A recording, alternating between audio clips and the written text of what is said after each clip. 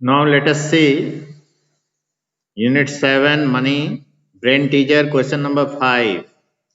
Subtract 45 पैसे from 2 rupees. देखिए यहाँ 45 पैसे को from 2 rupees, यही ध्यान रखना है कि 2 rupees में से 45 पैसे को माइनस करना है। तो पहले हम दोनों को फिगर्स में लिख लें। देखिए 45 पैसे को फिगर में कैसे लिखेंगे, फिगर में लिखना आपको बताया गया है।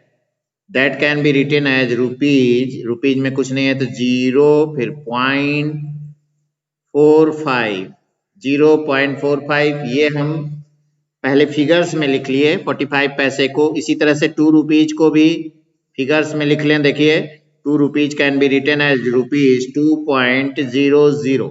अब आप सब्ट्रैक्ट कर लीजिए। सब्ट्रैक्ट क्या करना है, 45 पैसे को 2 रुपीज में से, तो 2 रुपीज ऊपर लिखेंगे तो ये रुपीज 2.00 और नीचे लिखेंगे 45 पैसे मीन्स 0.45 और इसको सब्ट्रैक्ट कर लेंगे। देखिए ऐसे माइनस, अब माइनस करेंगे, सबको माइनस आता ही है तो 0 में से 5 नहीं जाएगा, बगल वाले से कैरी लेगा, इसमें से भी इसके पास भी नहीं है, ये बगल वाले से लेगा तो ये 2 है तो ये 1 देगा तो यहाँ 10 होगा, फिर ये इसको दे देगा, यहाँ 10 यहाँ 9 हो जाएगा तो 10 माइनस 5 5, ये 9 माइनस 4 5, फिर पॉइंट के नीचे पॉइंट लगाएंगे, यहाँ 1 बचा है, 1 माइनस 0 1, तो ये rupees 1.55 it is your answer.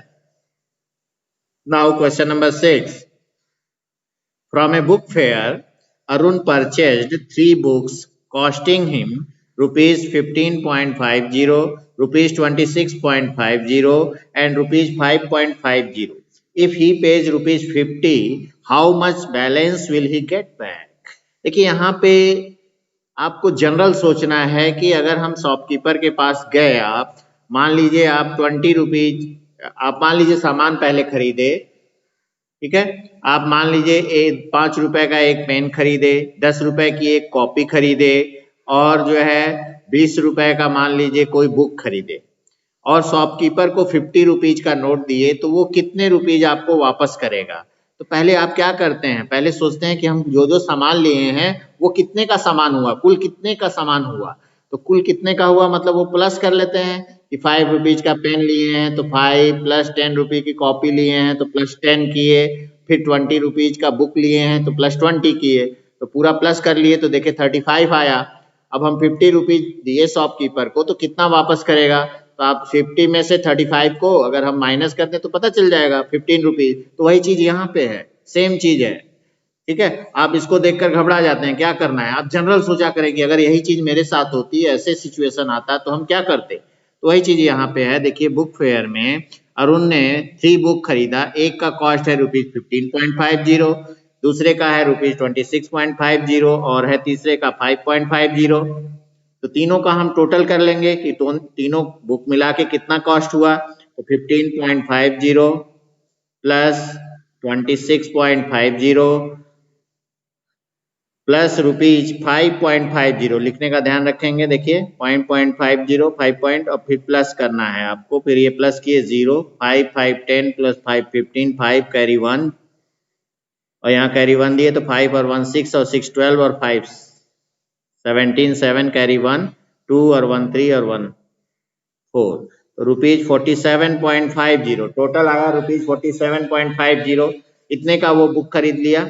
अब 50 रुपीज का नोट दिया वो, तो कितना पैसा वापस होगा, तो 50 में से इसको माइनस कर दें जैसे भी हम आपको जनरल बताए, ठीक है। तो उसी तरह से 50 में से अब 47 पॉइंट जितने का सामान वो खरीदा उसको सो हम माइनस कर देंगे, तो माइनस कर लीजिए तो पता चल जाएगा कितना पैसा उसे जो है बैलेंस मिलेगा, वापस मिलेगा। तो 0 माइनस 0 0, 0 माइनस नहीं होगा तो ये कैरी लेगा इधर से, तो ये इसको देगा, वो आप जान चुके हैं। तो 10 माइनस 5 5, फिर पॉइंट 9 है, 9 में से 7 गया 2, यहाँ 4 माइनस 4 0, तो आ गया रुपीज 2.50। तो आंसर आप लिख देंगे how much balance will he get back, तो आप कहेंगे अरुण गेट बैक रुपीज 2.50। देखिए 2.50 मनी वो गेट बैक वापस पाया।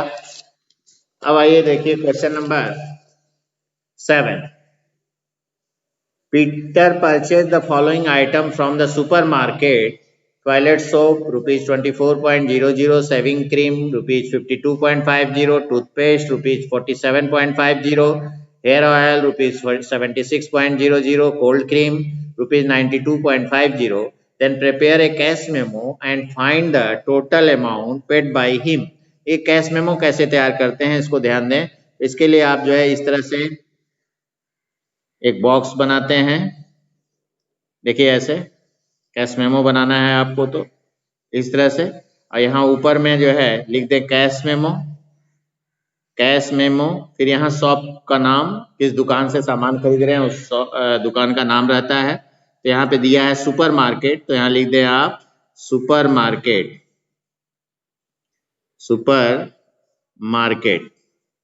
यहाँ डेट डाल दें किस डेट का है, तो डेट लिख लें आप, मान लीजिए आज हम ले रहे हैं तो 8/10/2020, ठीक है, डेट दे दिए। और फिर M/S मतलब जिसके नाम से आपको रसीद लेना है, मान लीजिए हम अपने नाम से लेना चाह रहे हैं तो सुनील नाम दे दिए।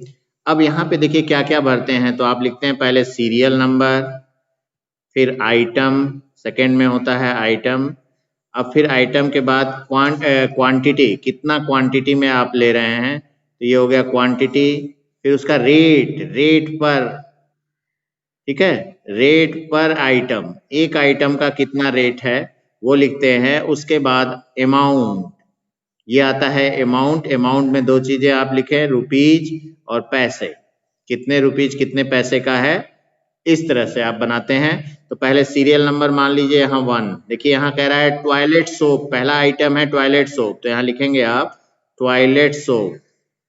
क्वांटिटी कुछ नहीं दिया है, मतलब 1 के बारे में ही कह रहा है।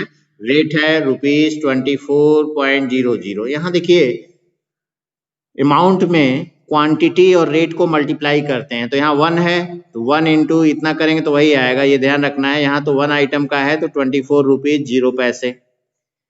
सेकेंड आइटम आपने सेविंग क्रीम लिया, तो ये हो गया सेविंग क्रीम, क्वांटिटी 1 और इसका रेट है 52.50, तो ये भी वही आएगा 52.50 मीन्स 52 रुपीज 50 पैसे। थर्ड आइटम है आपका टूथपेस्ट, तो टूथपेस्ट में लिखे आप और क्वांटिटी 1, यहाँ लिखे रुपीज 47.50 और ये भी आएगा 47.50 क्योंकि हम 1 ले रहे हैं क्वांटिटी, तो क्वांटिटी 1 होने पे रेट और अमाउंट सेम होगा। अब फोर्थ आइटम है आपका हेयर ऑयल, हेयर ऑयल में 1 लिए आप, तो ये है रुपीज 76.00 मीन 76 रुपीज 0 पैसे। फिफ्थ आइटम आपने कोल्ड क्रीम लिया, तो कोल्ड क्रीम 1 लिए क्वांटिटी में और इसका है रुपीज 92.50, तो यहाँ भी आएगा 92.50 मीन्स 92 रुपीज 50 पैसे। उसके बाद यहाँ आप लिखेंगे टोटल, तो टोटल में प्लस कर लीजिए 0, 5 + 5 + 5 15, 5 कैरी 1, 4 और 1 5 और 2 7, 7 14 और 6 20 और 2 22, 2 कैरी 2, 2 2 4 5 9 और 4 13 और 7 20 और 29, तो 292.50, तो ये आंसर आ गया रुपीज 292.50। आंसर कह रहा है find the total amount paid by him, तो total amount paid by Peter that is equal to rupees 292.50 means 292 rupees 50 paise. This is total amount paid by the Peter. Now let us see last question. Question number 8 is look at the following cash memo and find out the mistake and correct them. तो mistake find करना है और correct करना है। देखिए cash memo दिया है, date राज store 13A Ashok Vihar colony Delhi, M/S मतलब यहाँ नाम दे देंगे, नाम है ही। अब यहाँ पे देखिए ये बना बनाया है और इसी को करेक्ट करना है, कहाँ गलती है वो ढूंढना है। अभी आपको कैश मेमो बनाना बताया गया, अब इसमें आपको गलती ढूंढना है।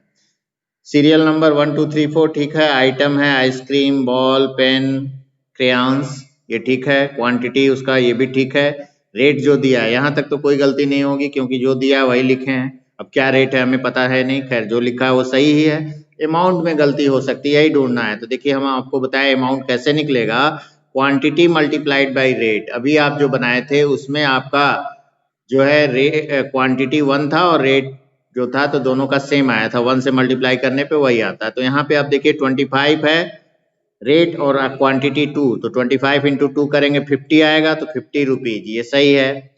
फिर बॉल है क्वांटिटी 5 और रेट है 7.50, तो आप क्या करेंगे, दोनों को मल्टीप्लाई करके देखिए।